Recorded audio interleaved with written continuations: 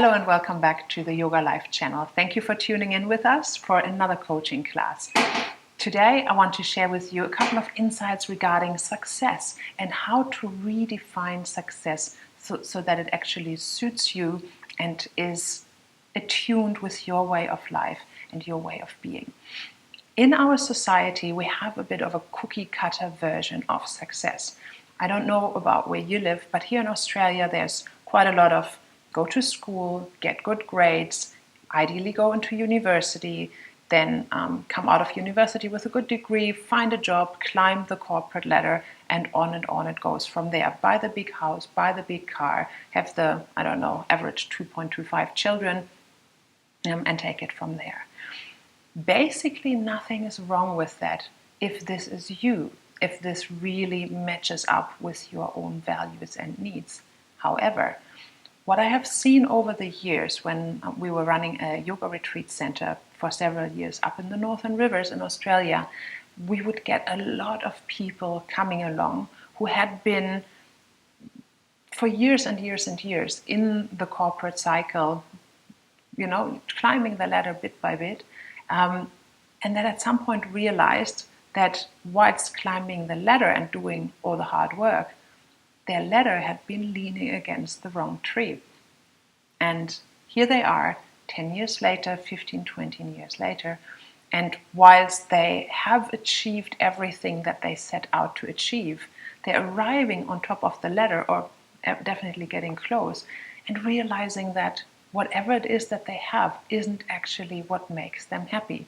There is this promise that if you fit the mold and if you tick all the boxes, somewhere there on the end of that path, happiness will show up.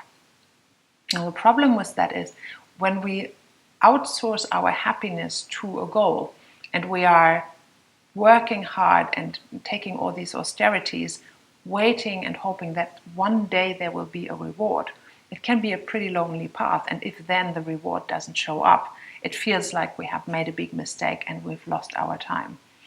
So the better way to go is to have a path where the path itself, regardless of where exactly you are going, is rewarding and where you are learning and growing and enjoying life as you go.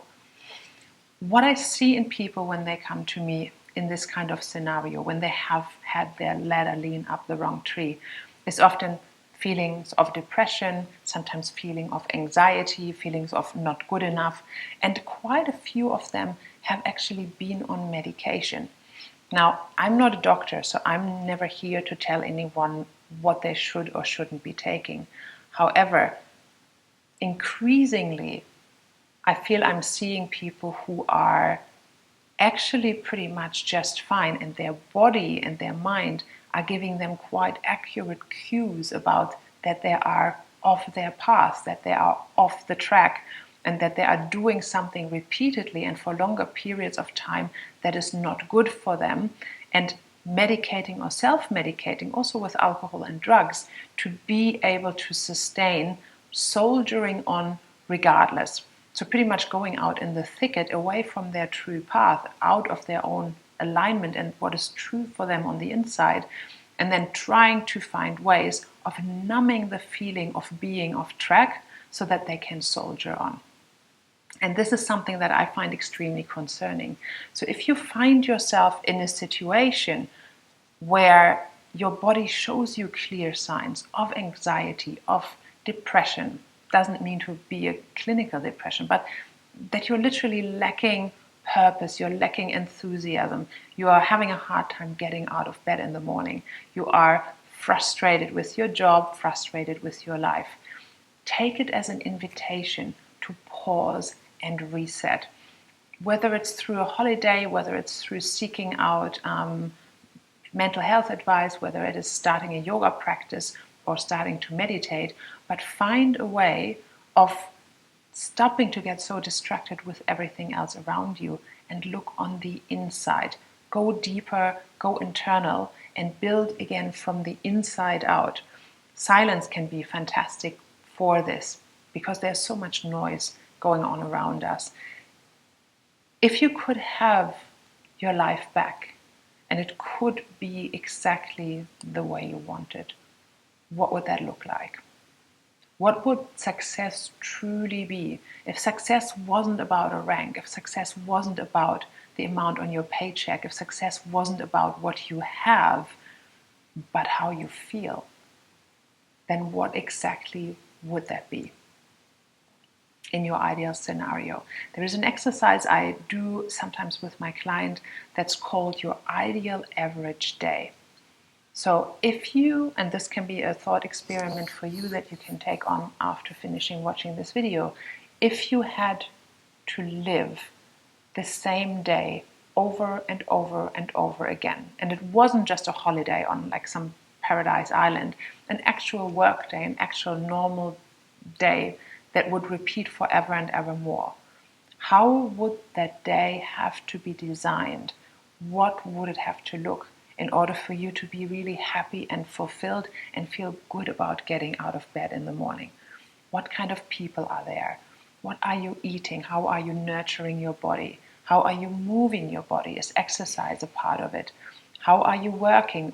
What is the kind of work? What is the kind of inspiration that you have? What drive do you feel, and what's your purpose in that?